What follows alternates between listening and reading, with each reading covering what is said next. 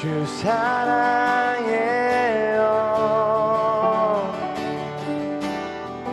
영원히 찬양해 예수. 신령과 진정으로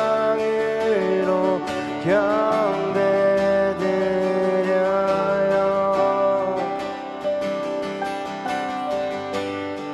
주 사랑해요.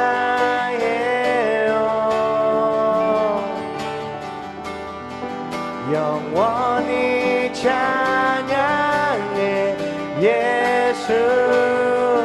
신령과 진정으로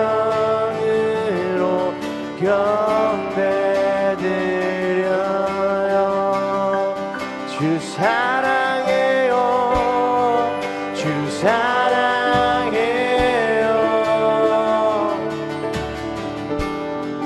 영원히 찬양해 예수. 신령과 진정으로 경배드려요. 오 주님, 주 사랑해요.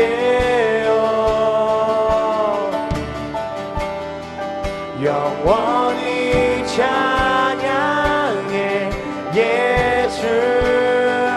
신령과 진정으로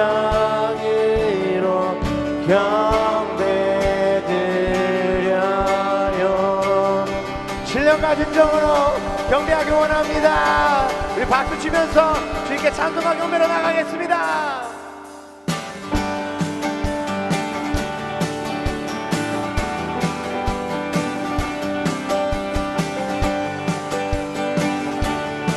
고백합시다. 가급한 내 맘 만지시는 주. 사랑과 노래 드리기 원합니다. 주 사랑해요. 주 찬양해요. 높고 거룩한 주 날 만져주시니 이전과 같이 하리니. 주 사랑해요. 영원히 찬양해 예수. 신령과 진정으로 경배드려요. 주 사랑해요. 주 사랑해요. 영원히 찬양해 예수. 신령과 진정으로 경배드려요. 내 주님과 함께 지내며 주의 부르심 주 마음 알기 원해.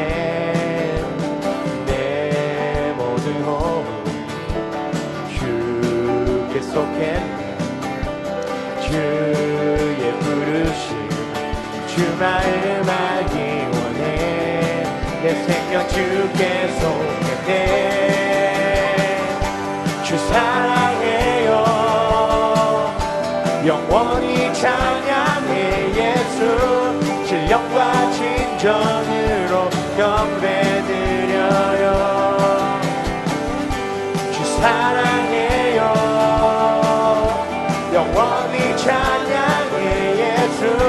신령과 진정으로 경배드려요. 예수 이름,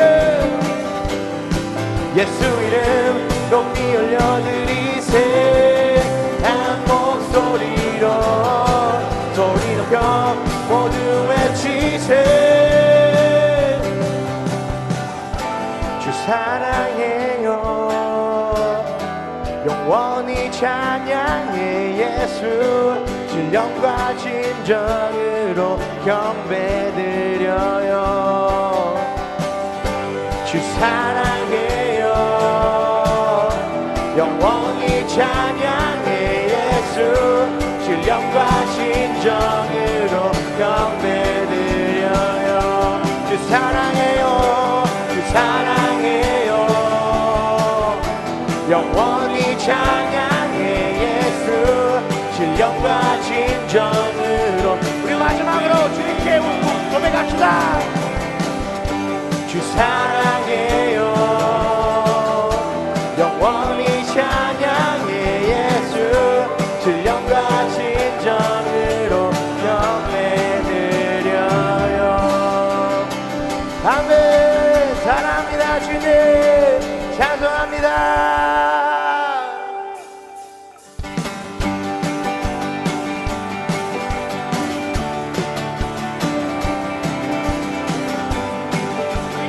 우리 주님께 선포하고 나가겠습니다. 위대하신 전능의 주 신실하고 변함없으시네. 내 평생에 찬양하리. 주 영광 위에 난 모든 드리리. 모든 나라 만물아 두 손 들고 외쳐라. 가장 높고 놀라우신 주 우리 함께 찬양해.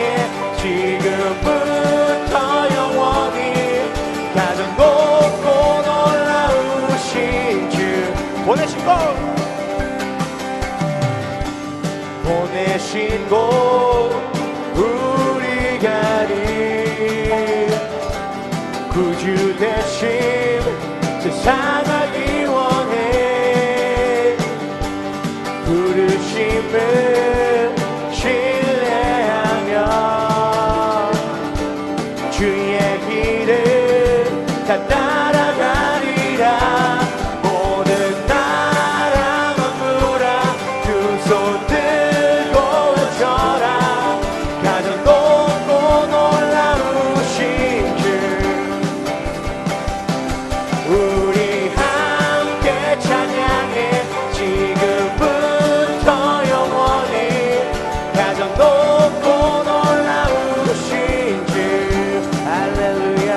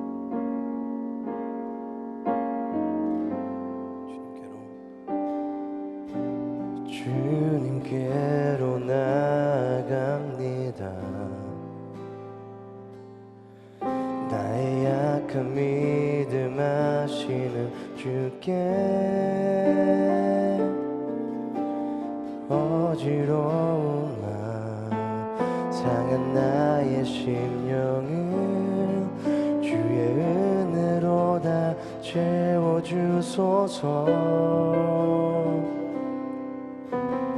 아픈 마음과 갈급한 내 영혼을 주의 은혜로 다 채워주소서. 주님께로 나아갑니다. 나의 약한 믿음 하시는 주께 어지러운 마음 상한 나의 심령을 주의 은혜로 다 채워주소서. 아픈 마음과 갈급한 내 영혼을 주의 은혜로 다 채워주소서. 경배합니다 나의 아버지, 나의 아버지 주님을 간절히 원해요. 사랑합니다 영원하신 나의 주, 내 마음 다해 찬양합니다.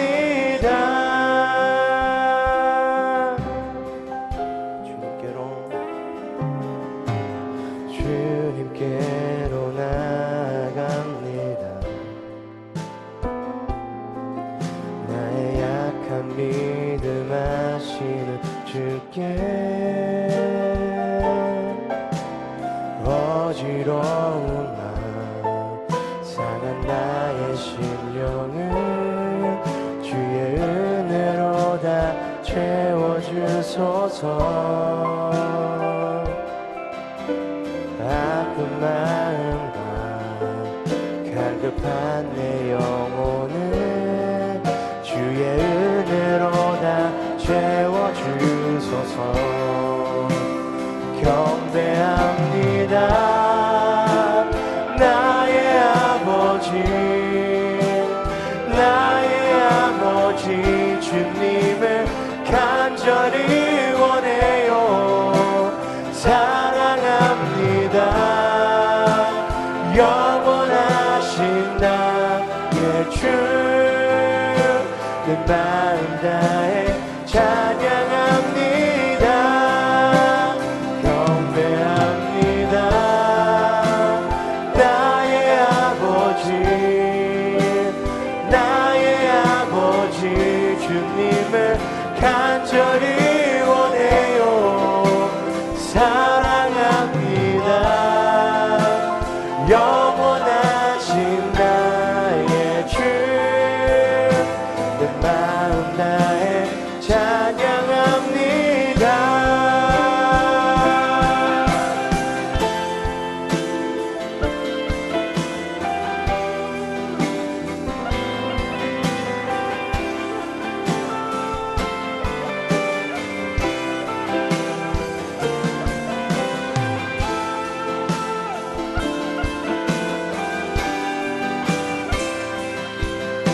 내 마음 다해 찬양합니다. 경배합니다 나의 아버지, 나의 아버지 주님을 간절히 원해요. 사랑합니다 영원하신 나의 주, 내 마음 다해 찬양합니다. 경배합니다 나의 아버지, 나의 아버지 주님을 간절히 원해요.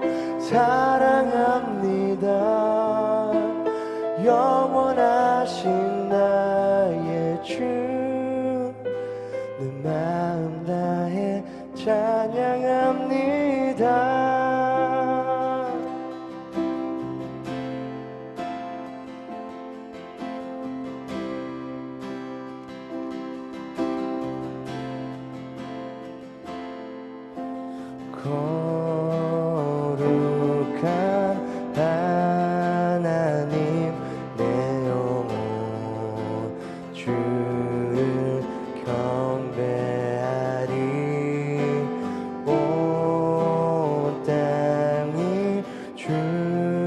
찬양 받아도 주를 경배하네.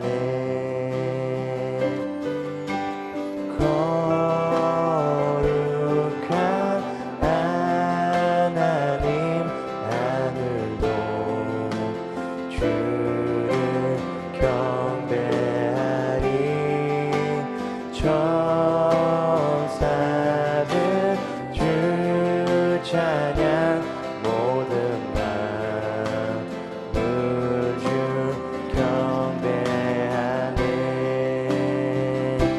죽임 당하신 귀하신 어린 양 찬송과 존귀와 영광과 능력을 세세토록 찬양을 드리리. 존귀하신 주 구원하심이 보좌에 앉으신 우리 하나님과 어린 양께 모든 천사와 장로들 경배해. 그 어린 양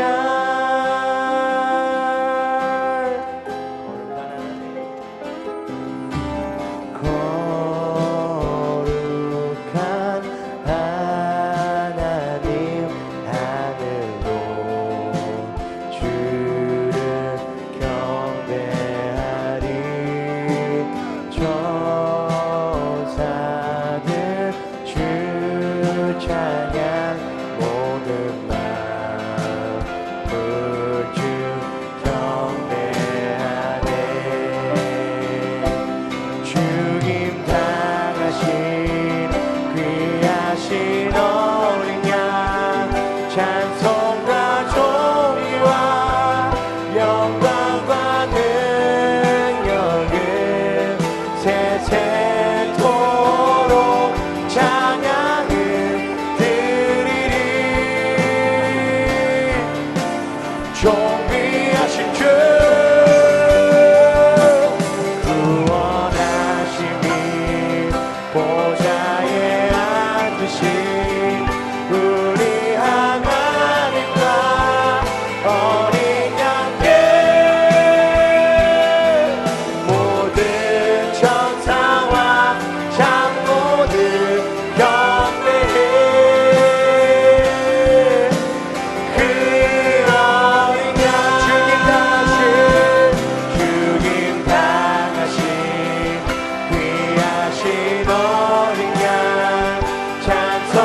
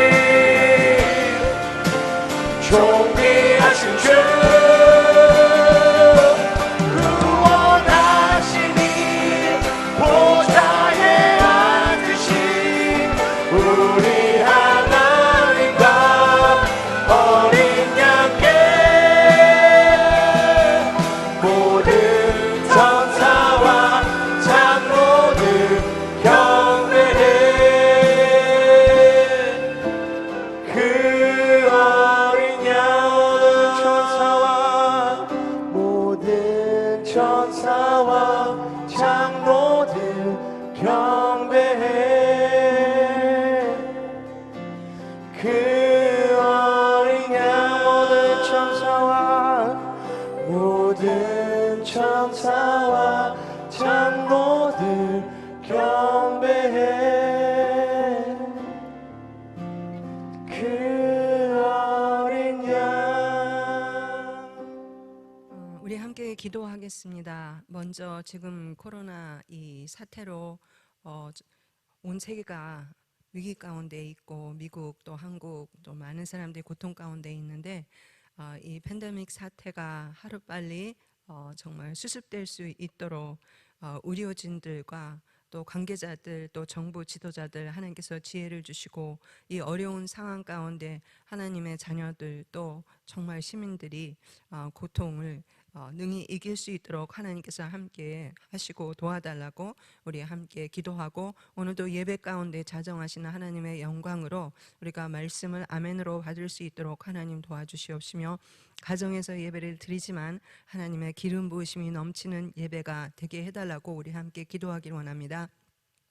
하나님 은혜 감사합니다. 하나님 정말 팬데믹 이런 상황 가운데에도 우리를 지켜주시고 은혜로 함께하여 주시고 오늘도 예배의 자리로 우리를 불러주시니 감사합니다. 이 위기의 상황 가운데 하나님의 자녀는 더욱더 하나님의 말씀을 붙잡고 기도할 수 있도록 도와주시고 말씀으로 이길 수 있도록 하나님 도와주시기를 원합니다. 아버지 이를 위해서 싸우는 많은 관계자들이 있습니다. 하나님 자비와 긍휼을 베풀어 주시고 지혜를 주시고 아버지 무엇보다도 건강을 지켜주시기를 원합니다. 우리 성도님들 삶의 현장에서 싸우고 계십니다. 하나님이 어떤 하나님인가 오늘 아버지 경험할 수 있도록 하나님 도와주시고 삶의 현장에서 함께 역사하시는 주님을 매일매일 경험하는 하나님의 귀한 자녀들 될 수 있도록 하나님 은혜를 베풀어 주시기를 원합니다. 오늘도 예배를 통해서 말씀하시는 하나님의 그 말씀을 우리가 마음으로 받을 수 있도록 도와주시고 우리 삶이 변화되게 도와주시고 하나님 영의 사람 하나님의 사람 성령의 사람이 되어서 세상을 능히 이기며 이 팬데믹 사태를 능히 이길 수 있는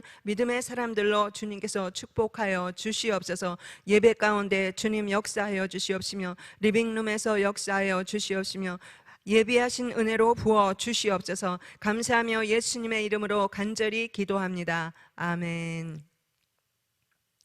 주님 은혜 감사합니다. 오늘도 정말 주님의 은혜로 우리를 예배 자리에 불러주시니 감사합니다. 이렇게라도 예배를 드릴 수 있도록 하나님께서 제공하여 주신 모든 것에 주님 우리가 감사를 드리며 비록 우리가 가정에서 각자가 예배를 드리지만 우리의 마음은 온전히 주님만을 바라볼 수 있도록 도와주시고 영광의 주님께 마음껏 찬양하며 감사드릴 수 있도록 은혜를 베풀어 주시옵소서. 예수님의 이름으로 기도합니다. 아멘. 우리 함께 교회 소식 보시겠습니다.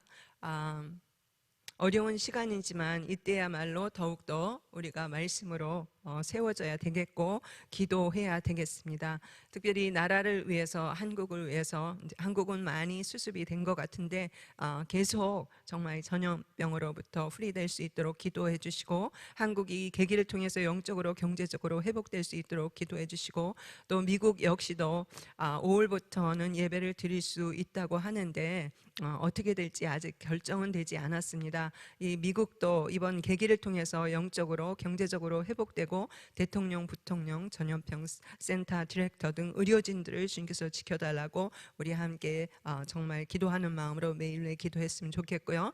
온라인 예배가 매주일 오전 11시에 온라인으로 예배를 드립니다. www.visioncc.org로 들어가시면 됩니다. 교육부 역시 온라인 예배가 우리 선생님들과 티처 간사님들이 열심히 준비하고 있습니다. 많은 은혜가 자녀들에게도 있습니다. 7번 광고 보면 온라인 헌금을 이렇게 하시게 되신 거 너무나 감사드리는데요. 웹사이트의 오른쪽 위에 온라인 헌금란에서 하시면 됩니다. 근데 조금 신경을 쓰셔야 될 부분이 크레딧 카드를 쓰시는 분은 카드 번호와 본인 이름, 시큐리티 코드, 주소, 집 주소가 카드 주소와 일치하는지 확인해 주시기를 부탁드리고요. 뱅크 어카운트를 쓰시는 분들은 어카운트 넘버와 라우팅 넘버가 있습니다. 체크 맨 밑에 보면 처음에 나오는 것이 라우팅 넘버고요. 그 다음에 이어 나오는 것이 어카운트 넘버입니다. 정확하게 기록해 주실 것을 부탁드립니다. 예배 일정은 앞으로 현재 행정명령에 의하면 5월 16일까지 모임을 가질 수 없다 그랬는데 변경 사항이 있을 시에 우리가 각자에게 그룹으로 공지를 하겠습니다. 이렇게 어려운 시기에 많은 분들이 어려움을 겪고 있는데 우리 금지연 집사님도 검사를 받았는데 병원에서 일하시기 때문에 많이 익스포즈가 되어 있어서 혹시나 해가지고 검사를 받았는데 다행히 많은 분들이 기도해 주셔서 네거티브로 나왔습니다. 이렇게 이번 사태를 통해서 피해를 받는 분이 없도록 계속 기도해 주시고요. 오히려 이런 계기를 통해서 우리가 카톡으로 또 전화로 서로 위로해 주고 힘이 되어 주는 그러한 시간이 되었으면 좋겠습니다. 아멘. 이 시간에 헌금하는 시간 되겠습니다.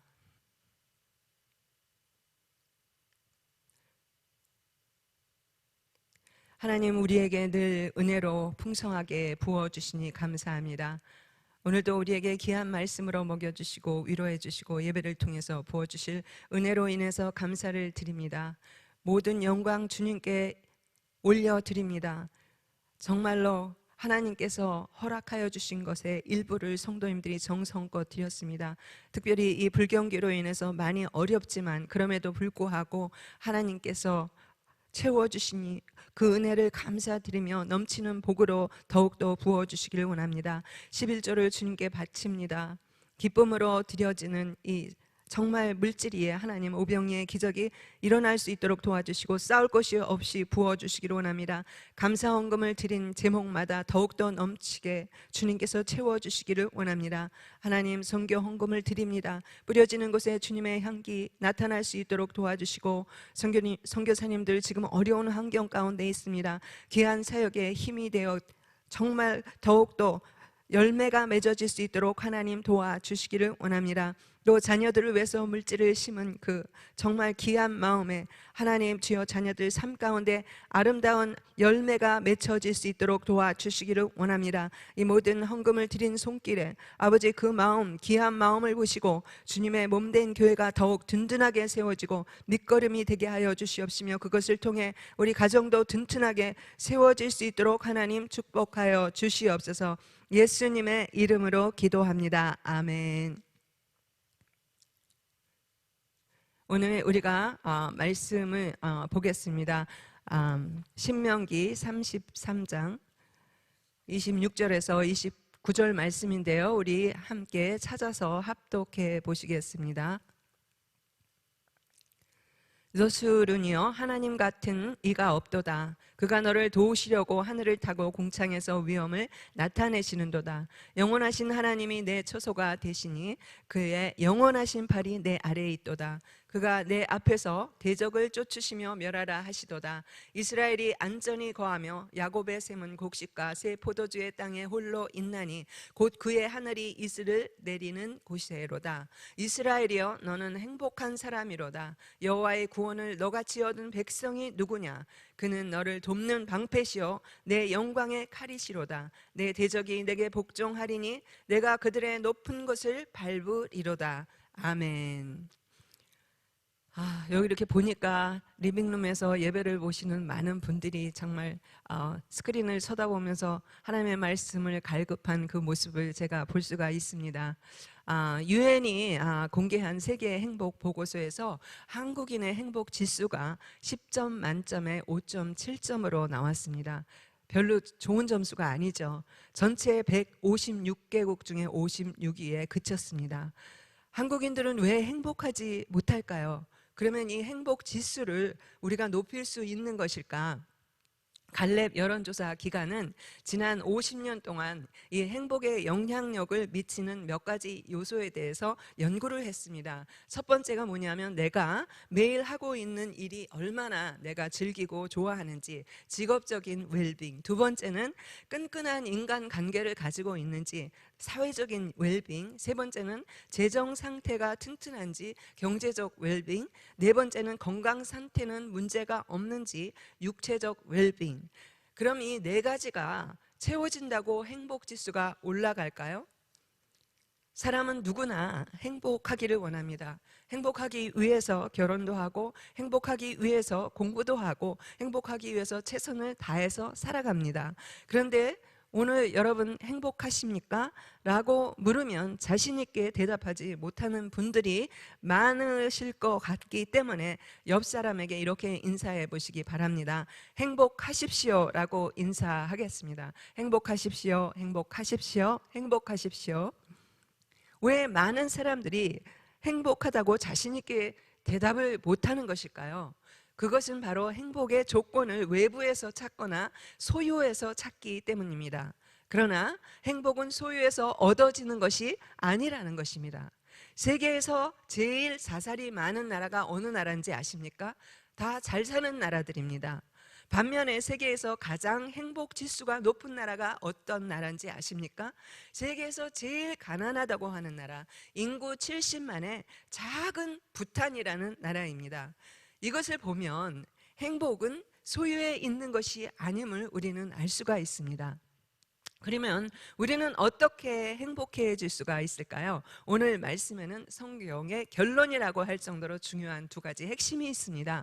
하나님은 분명히 모세를 통해서 이스라엘이여 너는 행복자로다 라고 말씀하신 의미를 찾아보겠습니다. 첫 번째, 우리가 믿는 하나님이 누구냐는 것입니다. 하나님이 누구인지 우리가 알아야 제대로 믿고 우리가 축복을 누릴 수 있지 않습니까? 두 번째는 그분 안에 있는 나는 누구냐는 것입니다. 그러니까 우리가 인생을 살아가면서 어떤 일을 당해도 이 두 가지만 확실히 알면 모든 인생의 문제가 다 풀리게 되어 있다는 것입니다. 매일 일상에서 이 두 가지를 계속 확인하고 체험하는 것이 바로 신앙생활인 것입니다. 모세는 오늘 말씀에 죽기 전 마지막으로 자기가 경험한 하나님이 얼마나 이스라엘을 사랑하는지 너무나 잘 알았기 때문에 12지파의 이름을 하나하나 불러가면서 강력한 축복 기도를 드립니다. 26절에 보니까 그래서 여수른이여 하나님 같으니까 없도다. 그러면 여기서 여수른은 도대체 누구입니까? 여수르는 이스라엘의 다른 이름입니다. 하나님의 자녀를 일컫는 이름입니다. 하나님이 이스라엘이 가장 사랑스러워 보일 때 여수른이라고 부르셨습니다.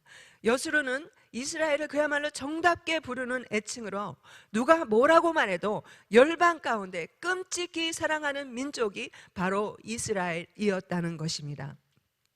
우리 이해를 돕기 위해서 아이들을 부를 때 그 이쁜 고 어린 그 나이에 이렇게 부르지 않습니까? 그 이름을 부르기보다는 내 깡아지, 뿅아리, 또 예쁜이, 또 왕자님 등등 애칭을 우리가 부르지 않습니까? 이렇게 하나님도 우리를 애칭으로 부르시는 것이 여수룬이라는 것입니다. 여기서 이스라엘이여 너는 행복한 자라고 그랬는데 29절에 쉽게 이해하기 위해서 공동 번역을 보면 행운이 열렸구나. 너 이스라엘아, 너 같은 행운아가 어디 또 있겠느냐 라며 하나님께 사랑받는 이스라엘 백성이 최고로 행복자임을 모세는 선포하고 있습니다.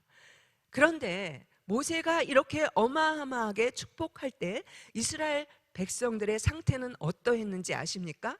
아직 가나안 땅에 들어가지도 않았습니다. 요단강을 건너야 하는 과제도 아직 남아 있습니다. 또 가나안 땅에 들어간다 할지라도 수많은 전쟁과 어려움이 그들을 기다리고 있는 미래를 예측할 수 없는 그런 상황이었다는 것입니다. 그럼에도 불구하고 모세는 이스라엘을 향해서 너희는 결코 불행한 사람이 아니라 행복한 사람이라는 것입니다. 그렇다고 해서 이스라엘이 이 여수룬이라는 이름에 합당하게 살아간 것도 아닙니다. 자기를 끔찍히 사랑하시는 하나님을 수도 없이 버렸습니다. 이 여수르는 오늘날로 말하면 구원받은 하나님의 자녀들을 말하는 것입니다. 비록 우리가 제대로 살지 못하지만 너는 행복한 사람이야. 우리 모두가 예수를 믿으면 이 여수른의 복을 받는다는 것입니다. 그러면 하나님이 말씀하는 이 행복의 기준은 무엇입니까? 왜 여수른이 행복자인가요? 신명기 33장 2절을 보면 여호와께서 시내 산에 오시고라고 말씀하시고 있습니다. 여기서 오시고라는 것은 완료 진행형입니다. 하나님이 먼저 우리를 찾아오셨다는 것입니다. 지난날 모세에게 하나님이 이미 오셨고 또 지금도 계속해서 말씀으로 여러분의 삶에, 이 아침에 여러분의 거실에도 찾아오시는 하나님이십니다. 그러니 우리가 얼마나 행복한 사람이냐는 것입니다. 그리고 모세는 무엇을 근거로 이스라엘 백성이 행복한 자라고 선포합니까? 29절에 보니까 여호와의 구원을 너같이 얻은 백성이 누구냐는 것입니다. 모세가 보는 행복의 조건은 가나안이 아니었습니다. 하나님의 구원이었습니다. 그러면 구원이 무엇입니까? 예수를 믿음으로 우리가 하나님의 자녀가 되는 것입니다. 우리가 아무리 많이 배우고 많은 것을 가졌다 할지라도 구원받는 것만큼 더한 축복은 없다는 것입니다. 우리의 인생의 가장 큰 축복은 바로 우리가 하나님의 자녀가 되는 것입니다. 인류 역사의 최고의 절정은 바로 아들 예수를 죽이시기까지 하면서 영생을 얻게 하려 하신 하나님의 이 애끓는 사랑입니다. 그것이 바로 요한복음 3장 16절이 아닙니까? 로마서 5장 8절이 아닙니까? 그래서 구원하기 위해서 우리를 먼저 찾아오시는 하나님의 은혜를 말씀하고 있는 것입니다. 정말 저와 여러분이 예수를 믿음으로 구원을 받았다면, 하나님의 자녀가 되었다면 이미 여러분은 행복한 사람이라는 것입니다. 성경을 보면 하나님께서 그 많은 민족 가운데 특별히 이스라엘 민족을 택하고 사랑하셨습니다. 왜냐하면 그렇다고 이스라엘 민족을 특별 대우했냐고요? 이스라엘 민족이 자랑할 것이 많고 강한 민족이었기 때문에 하나님께 택함받고 사랑받았나요? 아니요, 오히려 그 반대입니다. 그야말로 연약한 민족이었고 말도 잘 안 듣고 그래서 늘 강대국에게 침략을 받았고 늘 좀 보면 모질아 보이고 자랑거리가 아무것도 없었던 그런 백성이지만 그럼에도 하나님께서 뽑으셔서 그들에게 사랑을 부어주신 것입니다. 이 은혜가 바로 하나님이 우리에게 주신 은혜가 아닙니까? 그 은혜를 주시는 하나님은 어떤 하나님인지 우리 구체적으로 살펴보겠습니다. 첫 번째로 보면 도우심의 은혜를 주시는 하나님이 26절에 구체적으로 나왔습니다. 구체적으로 어떻게 도우시는지 첫 번째로 보면 하나님께서 하늘을 타시고 궁창 위에서 위엄을 나타내시며 도우신다고 그랬습니다. 이 갑자기 하나님이 무슨 중국 영화에 쿵푸 영화에 나오는 그런 주인공인가? 그렇게 생각되지만 하나님은 그 백성을 돕기 위해서 하늘을 타고라는 이 표현은 뭐냐면 하늘을 나르신다는 것입니다. 하나님의 자녀를 돕기 위해서 급하게 역동적으로 움직이시면서 도와주시는 분이라는 것입니다. 일반적으로요, 성경에서 하나님의 모습을 묘사할 때 그야말로 근엄하게 보호자의 자정하신 하나님을 그릴 때가 많지 않습니까? 그러나 그 자녀가 필요할 때는 급하게 움직이시는 하나님이심을 표현하고 있는 것입니다. 하나님이 언제든 정말 우리를 도우시기 위해서 스탠바이, 대기 상태로 계신다는 뜻입니다. 두 번째는 하나님이 나의 처소가 되어 도우신다 그랬습니다. 이스라엘 백성은 지금 어디에 있습니까? 지금 광야에 머물고 있습니다. 광야는 어떤 곳입니까? 그야말로 안식할 곳이 없는 곳입니다. 위험한 곳입니다. 요즘 바이러스로 세상이 불안정하고 소란하지 않습니까? 하나님께서 너희의 처소가 되신다고 하는 이 말씀은 다른 말로 하면 그 피난처는 절대로 무너지거나 없어지지 않는다는 말입니다. 코로나 바이러스로 직장은 불안정할지언정, 은행은 정말 힘들어질지언정, 우리의 집이 넘어갈지 모르지만 하나님의 영원한 처소는 절대로 넘어지지 않는다는 것입니다. 하나님의 자녀의 처소는 그래서 넘어지지 않는다는 것입니다. 세 번째, 하나님의 손과 팔로 우리를 도우신다 그랬습니다. 영원하신 팔이 내 아래에 있도다. 이 팔을 아래에 둔다라는 말은 우리를 위해서 전쟁을 치르시는데 대적이 달아올 때 팔을 내려서 대적을 물리치신다는 뜻입니다. 이 성경에는 하나님의 손과 팔에 대한 말씀이 많이 나옵니다. 특히 시편에 보면요, 이 강한 손과 펴신 팔로 인도하여 내신 이에게 감사하라고 그랬습니다. 그러니까 하나님의 손이란 하나님의 능력을 표현하는 것입니다. 성경을 보면 이 하나님의 팔이 모세를 얼마나 도왔습니까? 모세가 지팡이를 가지고 홍해를 가르칠 때 홍해가 갈라지는 역사가 일어났습니다. 또 반석을 쳤을 때 반석에서 생수가 쏟아지는 역사가 일어난 것입니다. 이스라엘 백성들 앞에 수없이 많이 대적들이 있었듯이 오늘 우리도 끊임없이 많은 문제들을 만나게 됩니다. 하나님은 우리를 인도하실 때 절대로 정말 뒤에서 몰아가시는 분이 아니라는 것입니다. 우리의 앞장서서 인도하시며 우리의 대적을 쫓으시며 멸하시는 하나님이시라는 것입니다. 주님은 지금도 저와 여러분을 위해 능력의 팔로 싸우시고 계십니다. 전능하신 하나님의 팔이 여러분을 붙들고 계신 것입니다. 그렇기 때문에 모세는 이렇게 완벽한 하나님의 돌보심을 받고 살아가는 이스라엘 백성을 향해서 이스라엘이여 너는 행복자로다 라고 선포한 것입니다. 하나님은 이렇게 세심하게 정말 우리를 도우시는 하나님이십니다. 그러면 왜 도우십니까? 코로나 사태가 와서 이렇게 될 줄 누가 알았겠습니까? 처음에는 마스크 대란에 손 세정제 또 화장실 티슈에 거기다 최근 들어와서는 고기 파동까지 났습니다. 그런데요, 이사야서 46장 3절 4절 말씀 보니까 이럴 때 하나님이 우리를 어떻게 보호하시는지 놀라운 말씀이 있습니다. 야곱의 집이여 이스라엘 집에 남은 모든 자여 내게 들을지어다. 뭐라 그랬냐면 배에서 태어남으로부터 너희가 내게 안겼고 태에서 남으로부터 내게 업힌 너희들이여 너희가 노년에 이르기까지 내가 그리하겠고 백발이 되기까지 내가 너희를 품을 것이라. 내가 지었은즉 내가 업을 것이요 내가 품고 구하여 내리라. 아멘. 언제 어디를 가든지 주님 나와 함께 하셔서 나와 동행하여 주시고 내 삶을 이끌어 주시는데요, 참 이 말씀이 얼마나 감사하고 은혜가 되는지. 우리를 품에 안으시고 안아주시고 품어주시고 더 이상 걸어갈 수 없이 지쳐 쓰러질 때 우리를 업고 가신대요. 우리를 업어주신대요. 그런데요, 어릴 때만 업어주시는 게 아니라는 것입니다. 노년이 되어서 백발이 성성할 때까지 인생길이 피곤하고 지쳐 쓰러질 때 하나님이 우리를 업고 가신다는 것입니다. 하나님의 그 등이 얼마나 큰지 모든 피곤하고 지친 사람을 다 업고 가신대요. 이 하나님의 은혜가 얼마나 감사한지 모르겠습니다. 품을 것이고 또 품고 구해내리라. 여러분 기억하지만 작년에 유난히도 산불이 많이 났습니다.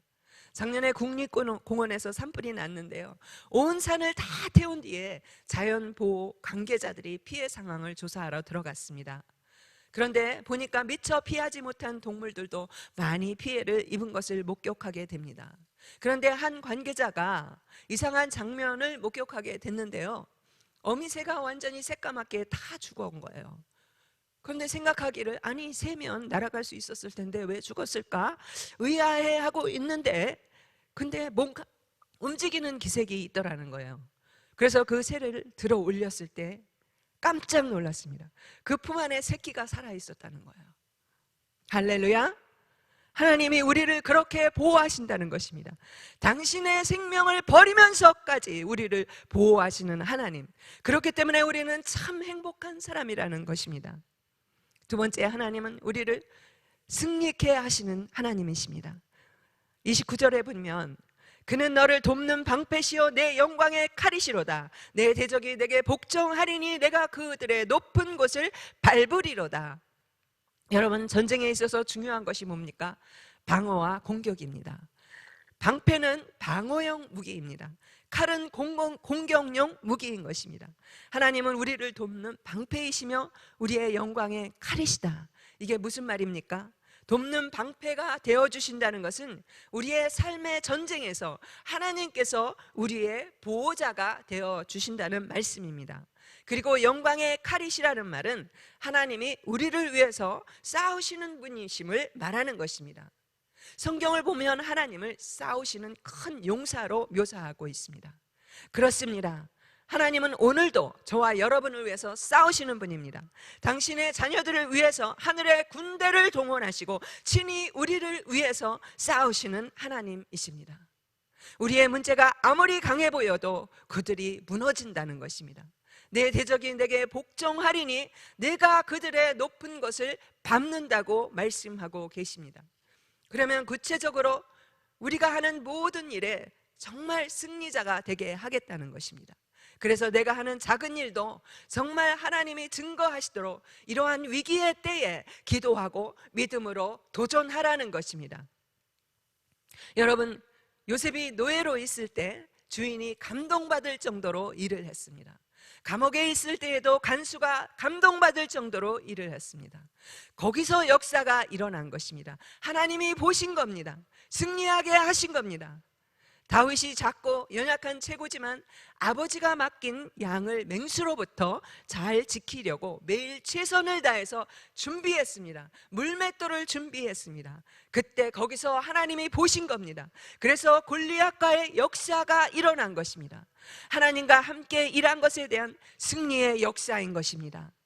위기의 때에 우리가 힘들다고 그냥 누워있을 것이 아니고 앉아있을 것이 아니고 최선을 다해서 우리는 일해야 됩니다. 이 위기를 우리는 기회로 만들어야 됩니다. 그때 전문성이 나오는 것입니다. 좋은 대학 가서 좋은 전공해서가 생기는 것이 아닙니다. 지금부터 작은 일부터 우리는 정복하라는 것입니다. 작은 일을 하나님이 축복하시면 또 다른 문이 열리는 것입니다. 그 삶이 바로 행복한 자의 삶인 것입니다. 할렐루야. 우리를 승리의 길로 인도하시는 이 하나님이 바로 우리의 하나님이십니다. 우리가 이기는데요, 어떻게 이기냐고요? 로마서 8장 37절 말씀 보니까 기가 막힌 말씀이 있어요. 이 모든 일에 우리를 사랑하시는 이로 말미암아 우리가 넉넉히 이기느니라 말씀하셨습니다. 넉넉히 이긴대요.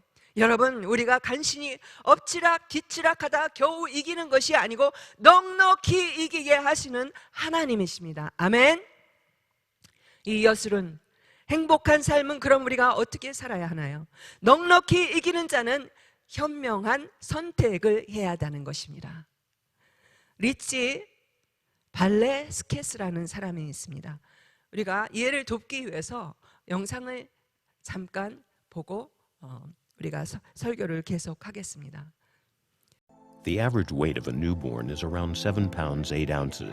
Because my parents never saw me cry, ever. They never saw me upset. I didn't want them to see me upset. Because Why? they were never upset in front of me.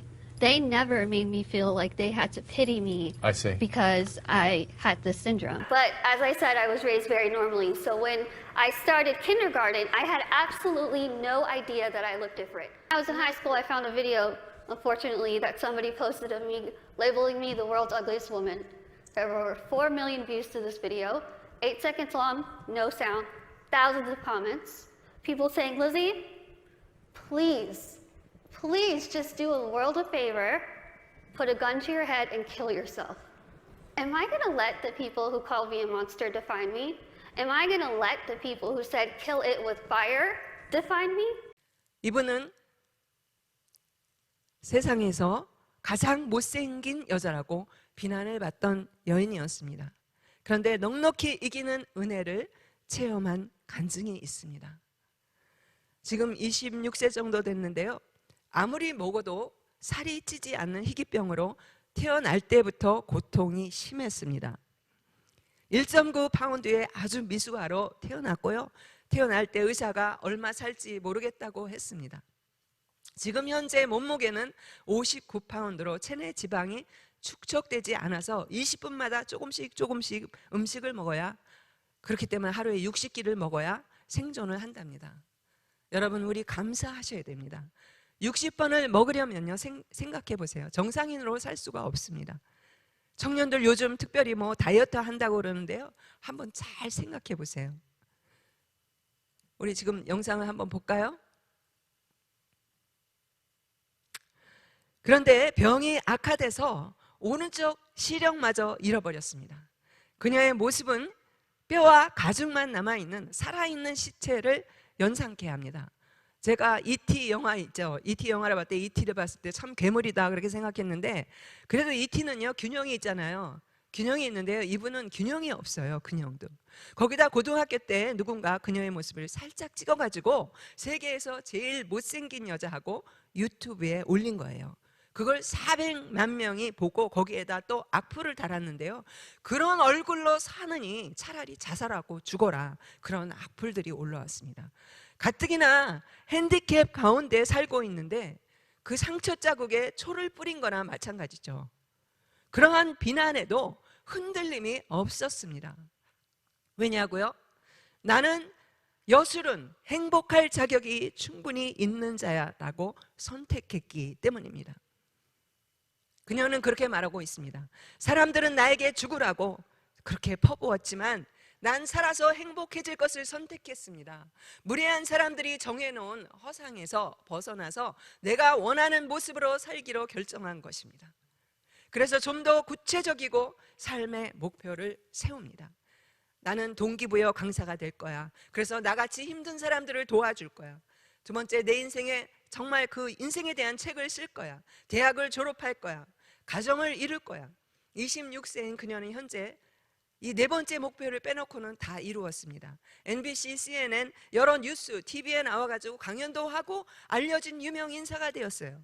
총 3권의 책도 썼습니다. 그의 강연 동영상이 테드라는 유명한 프로그램에 나갔는데 700만 명이 보았다고 합니다. 그녀는 이렇게 고백을 합니다. 수도 없이 죽으려고 했다. 더 이상 살 소망이 없었기 때문이다. 그런데 그 희망이 남아있지 않을 거라고 생각했던 그 시절에 나는 지금처럼 이렇게 행복해지리라고는 상상조차 하지 못했다. 내 삶을 돌아보면서 중요한 고비마다 하나님이 개입하셔서 나를 도우셨다는 것을 확신한다고 했습니다. 할렐루야!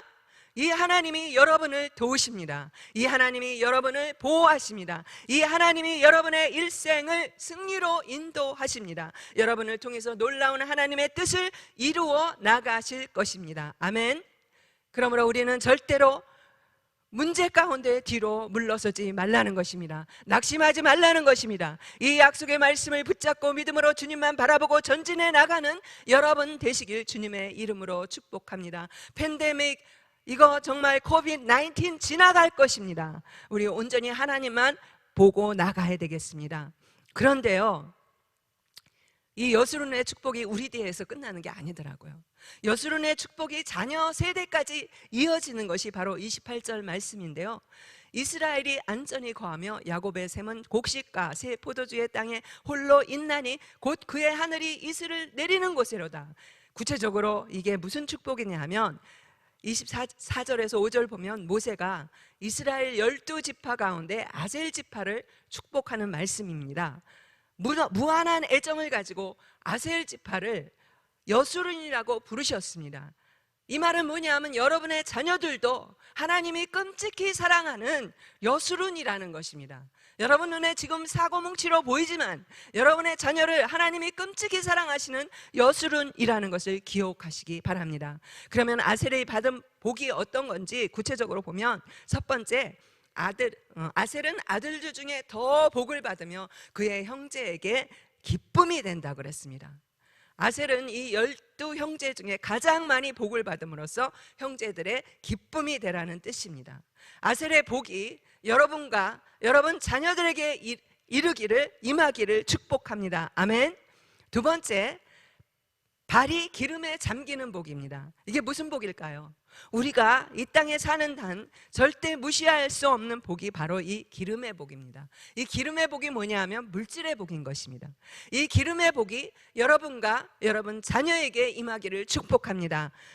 세 번째, 내 문빗장은 철과 놋이 될 것이라. 나무 빗장이 아니라는 거예요. 여러분 가정의 문빗장이 철과 놋으로 지어져서 안전이 보장되고 행복이 담보되는 그런 큰 복이 여러분과 여러분의 자녀들에게 부어지기를 바랍니다. 네 번째, 네가 사는 날을 따라서 능력이 있으리라고 했습니다. 요즘은 어떤 시대입니까? 능력의 사회입니다. 이 복도 우리에게 절대로 필요한 복입니다. 사는 날 동안에 자기 분야에서 최대한 능력을 발휘하며 사는 것은 큰 복이 아닐 수가 없습니다. 이것이 아셀 지파를 향한 모세의 축복 기도요, 우리 믿는 자들에게 여수론을 향한 축복의 약속인 것입니다. 아멘. 어떤 사람이 가장 행복한 사람인가? 갈렙 여론조사가 했는데요, 놀랍게도요, 빌 게이츠 같은 사람 아니었습니다. 생생한 하나님에 대한 체험을 경험한 자가 가장 행복한 사람이라고 대답한 것이 1위였다는 것입니다. 이 갈렙 조사가 크리스찬 기간 아니잖아요. 세상 기간입니다. 이것을 보면 하나님이 인간의 행복의 근원을, 이 웰빙이 어디에서 오는지, 하나님인 것을, 하나님을 떠나서는 누구도 행복해 해줄 수 없다라는 사실인 것입니다. 오늘 우리 가운데 사는 것이 너무 힘들어서 나는 불행한 인간이다, 그러한 생각을 가지고 어쩔 수 없이 인생을 살아가는 분이 계십니까? 인간관계의 아픔과 갈등 때문에, 아니면 경제적인 이유 때문에 불평하며 마지못해 인생을 사시는 분이 계십니까? 주님은 말씀하십니다. 여술은 너는 행복한 자라. 그렇습니다. 저와 여러분은 하나님의 도우심 때문에 행복한 자인 것입니다. 제가 목사로서 꿈이 있다면 제 자신이 가장 행복한 목사가 되는 것입니다. 그리고 저와 함께 주님을 섬기는 많은 성도들이 주님 때문에 행복한 사람으로 살아간다는 그런 고백을 하는 것입니다. 목회에 가장 큰 보람이 있다면 주님 때문에 행복해요 라고 그러한 고백을 듣는 것이 정말 보람인 것입니다. 여러분, 건강한 교회가 어떤 교회입니까? 숫자적으로 부흥하는 교회입니까? 그것도 물론 좋지만 정말 건강한 교회는 주님 때문에 행복한 사람이 많은 교회가 정말 건강한 교회인 것입니다. 저는 모든 성도들이 주님 때문에 행복하다라고 고백하는 성도들이 될 수 있기를 바랍니다. 주님과 함께 승리하는 여러분 되기를 바랍니다. 여러분, 승리가 뭡니까? 실패가 없는 것이 승리입니까? 아니라고 생각합니다. 하나님은 우리의 대적과 우리의 문제와 상처를 뽑아내주시는, 없애주시는 하나님이 아니라는 것입니다. 잡초는 뽑아내면 다시 생깁니다. 우리의 문제는요, 잡초처럼 뽑아내도 또 생긴다는 것입니다. 하나님은 우리의 문제를 고통으로 eliminate, 뽑아내주시는 것이 아니라요, illuminate, 빛을 비추셔서 완전히 문제를 녹아버리게 하고 문제를 해체시켜 버린다는 것입니다. 그 빛이 뭡니까? I am the light, 내가 빛이다라고 말씀하시는 예수 그리스도 아닙니까? 마스크 아닙니다. 손 세정대 아닙니다. 스티뮬러스 책 아닙니다. 당장 해결되겠지만 얼마나 가겠습니까? 빛을 비춰주시니까 어둠에 빛이 비치면 우리의 눈이, 우리의 생각이 현실이 아니라 위를 바라보게 되어 있다는 것입니다. 문제가 다 해체되는 것이고 문제가 파워레스 되는 것입니다. 하나님이 이스라엘을 부르실 때 말을 아끼셨다 부르신 이 애칭 여술은, 이스라엘이 가장 사랑스러워 보이실 때 여술은이라고 부르셨습니다. 무한한 애정을 가지고 우리를 지금 여술은이라고 부르고 계십니다. 이제 여술은 너희는 세상에 들어가 빛이 되라는 것입니다. 여러분, 신앙의 무대는 교회가 아닌 것입니다. 교회 와서 큰 소리 한다고 아무 소용이 없습니다. 우리 신앙의 무대는 세상인 것입니다. 이제 우리는 세상 속으로 들어가서 빛과 소금이 되어야 되겠습니다. 신앙인에게 세상은 양면적입니다. 버려야 할 세상인 동시에 선한 영향력을 행사해야 할 곳입니다. 신앙은 세상의 빛과 소금이 되어야 하지만 동화되지는 말라는 것입니다. 교회는 세상이라는 그 물에 떠있는 배와 같습니다. 방주와 같습니다. 물에 떠있어야 죽어가는 사람을 구할 수가 있습니다. 하지만 배에 세상적인 가치관이, 인간의 생각이 침투해 구멍이 나면 가라앉을 수밖에 없다는 것입니다. 내가 행복하기 위해서 내 옆 사람이 변해야 돼. 내가 행복하기 위해서 내 자식이 내가 바라는 대로 자라줘야 돼. 그렇게 기도하고 간절히 소망했어도 여러분, 내 옆 사람이 변했습니까?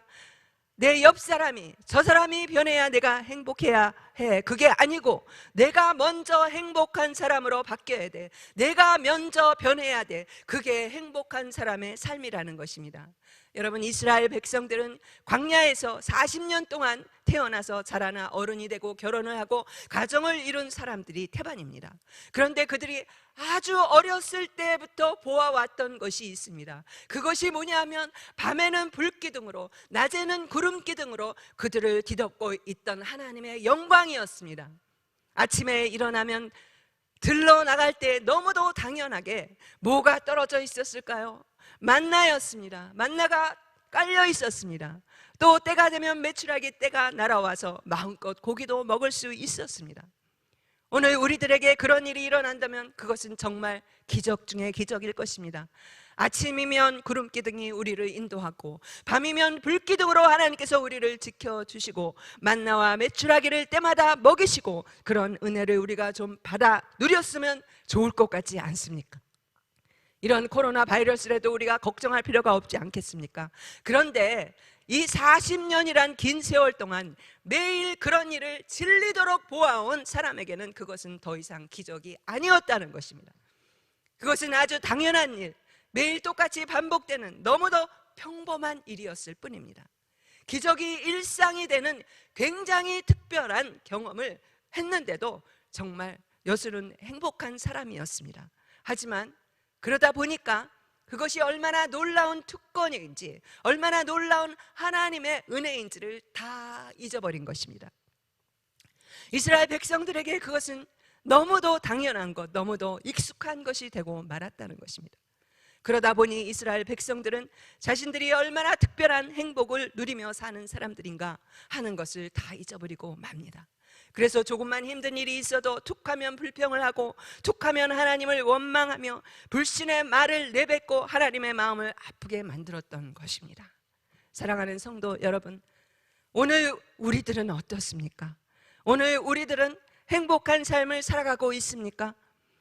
제 인생은 너무 힘들고 피곤하기만 합니다.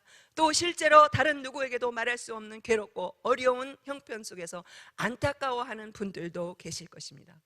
하지만 하나님이 우리와 함께 하신다는 것, 그 자체가 바로 행복이 아닙니까? 하나님이 우리와 함께 하신다는 이 말이 어쩌면 우리에게 너무 익숙한 말일지도 모릅니다. 항상 들어왔던 말이기 때문에 별로 감동도 없고 느낌도 없는 말일 수도 있습니다. 우리가 예배를 마음껏 드릴 수 있을 때, 마음껏 찬양할 수 있을 때, 마음껏 부르짖고 기도할 수 있을 때, 언제든 모임을 가질 수 있을 때 우리는 너무 당연하게 생각했던 것이 아닌지요? 너무 익숙해져서 감동도 갈망도 없었던 것이 아닌지요? 그래서 힘들고 어려울 때 모세가 오늘 우리에게 말씀을 주신 것입니다. 마지막으로 이스라엘에게 꼭 하고 싶었던 말씀, 여수론이여 너는 행복한 사람이라는 것을 꼭 기억하라는 것입니다. 그리고 이 메시지는 오늘을 사는 우리에게 꼭 필요한 말씀입니다. 가나안은 크게 보이고 자기 자신들이 작게 보이는 순간에 그들에게 꼭 필요한 말씀이 이 말씀이었다면, 오늘을 사는 우리들도 세상은 크게 보이고 팬데믹 때문에, 이 코로나 바이러스 때문에 앞으로 경제는 어떻게 될 거지, 우리 건강은 어떻게 되는 거지, 수많은 루머들이 나오고 있습니다. 우리들 자신은 너무나 작게 보일 때 우리가 읽어야 할 말씀, 기억해야 할 말씀이 오늘 바로 이 말씀이 아닐까요? 나는 잘났다고, 나는 잘하고 있다고, 다 알고 있다고 잘난 척하고 하나님을 기만한 죄, 교만했던 그 죄를 회개해야 할 때가 아닌가요? 저 사람이, 저 목사님이, 저 상사가, 저 직장 동료가, 대통령이, 국회의원이 잘못해서 그래 손가락질 할 게 아니라 내가 회개의 눈물을 먹어야 하지 않겠습니까? 내가 변해야 그게 부흥인 것입니다. 저들이 잘못하고 있으니까 저들이 바뀌어야 되고 벌을 받아야 되고, 그게 아니라 내가 바뀌어야 저들이 여수론의 축복에 들어오게 되어 있다는 것입니다. 하나님이 우리를 먼저 품으셨지 않습니까? 우리가 품고 기도하지 않으면 저들은 지옥에 갈 수밖에 없다는 것입니다. 그게 여수론으로 불리우는 unconditional, 조건 없는 사랑을 받은 행복자의 삶이 아닐까요? 코로나 바이러스는 저 나쁜 정치가들의 문제가 아닙니다. 중국의 누구의 문제가 아닙니다. 이 여수론 행복자, 너희 크리스찬들이 교회가 회개하라는 사인인 것입니다. 이제 우리의 신앙이 달라져야 됩니다. 이제 기도를 하더라도 하나님이 내 편이 돼달라고만 하지 말고 내 말만 들어달라고, 내 기도만 들어달라는 그런 기도는 그만하고 내가 이제 하나님 편이 되게 해달라고 해야 되지 않을까요? 여술은 너는 행복자라고 말씀하시는 주님의 이 오늘 말씀이 여러분 가슴에 깊이 박기를 바랍니다. 우리 함께 기도하겠습니다. 하나님 맞습니다. 하나님 우리를 이렇게 행복자로 만들어 주셨는데 우리는 조금만 어려운 일이 있으면 힘들다고 엄살을 부리고 있습니다. 불평을 하고 있습니다. 오늘 이 말씀을 붙잡고 이스라엘 백성에게 주신 이 말씀, 모세가 마지막 유언처럼 했던 이 말씀을 우리가 붙잡게 도와주시고 어려운 상황 가운데 하나님 행복자로 살아갈 수 있도록 우리 성도님들을 축복하여 주시옵소서. 예수 이름으로 기도합니다. 아멘. 지금은 우리 주 예수 그리스도의 은혜와 하나님의 끝없는 사랑과 성령님의 교통감화 넘치는 충만하심이 오늘 말씀을 듣고 고난 속에서도 사랑으로 인내하며 여술은 너는 행복한 자로다, 그 말씀을 마음폰에 새기고 섬기기로 다짐하는 비전 성도들의 일상과 가정과 기업과 자녀들 위에 지금부터 영원까지 함께 있을지어다. 아멘. 주 사랑해요. 영원히 찬양해. 예수 신령과 진정으로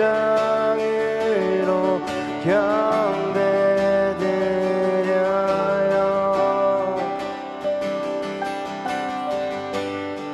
주 사랑해요.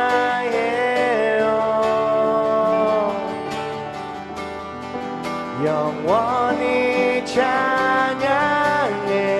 예수 신령과 진정으로 경배드려요. 주 사랑해요. 주 사랑해요.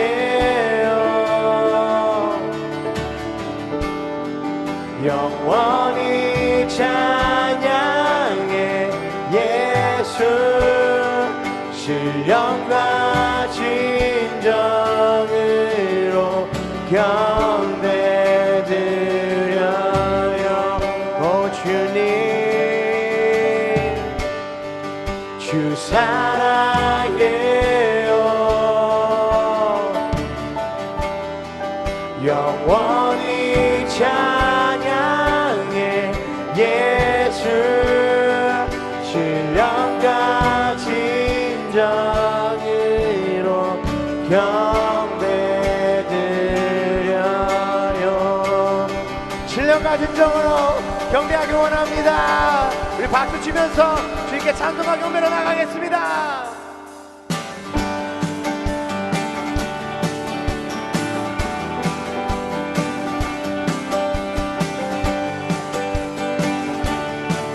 갑시다. 가급한 내 맘 만지시는 주 사랑과 노래 드리기 원합니다. 주 사랑해요. 주 찬양해요. 높고 거룩한 주 날 만져주시니 이전과 같지 않으리. 주 사랑해요. 영원히 찬양해. 예수 신령과 진정으로 경배드려요. 주 사랑해요. 주 사랑해요. 영원히 찬양해. 예수 신령과 진정으로 경배드려요. 내일 주님과 함께 지내며 주의 부르심 주 마음 알기 원해. 내 모든 호흡 주께 속했네. 주의 부르심 주 마음 알기 원해. 내 생명 주께 속했네. 주 사랑해요. 영원히 찬양해. 예수 신령과 진정으로 경배드려요. 주 사랑해요. 영원히 찬양해. 예수 신령과 진정으로 경배드려요. 예수 이름 높이 올려드리세. 한 목소리로 소리 높여 모두 외치세. 주 사랑해요. 영원히 찬양해. 예수 신령과 진정으로 경배드려요. 주 사랑해요. 영원히 찬양해. 예수 신령과 진정으로 경배드려요. 주 사랑해요. 주 사랑해요. 영원히 찬양해. 예수 신령과 진정으로. 우리 마지막으로 주님께 웃고 고백합시다. 주 사랑해요. 영원히 찬양해. 예수 신령과 진정으로 경배드려요. 아멘. 사랑합니다 주님. 찬송합니다.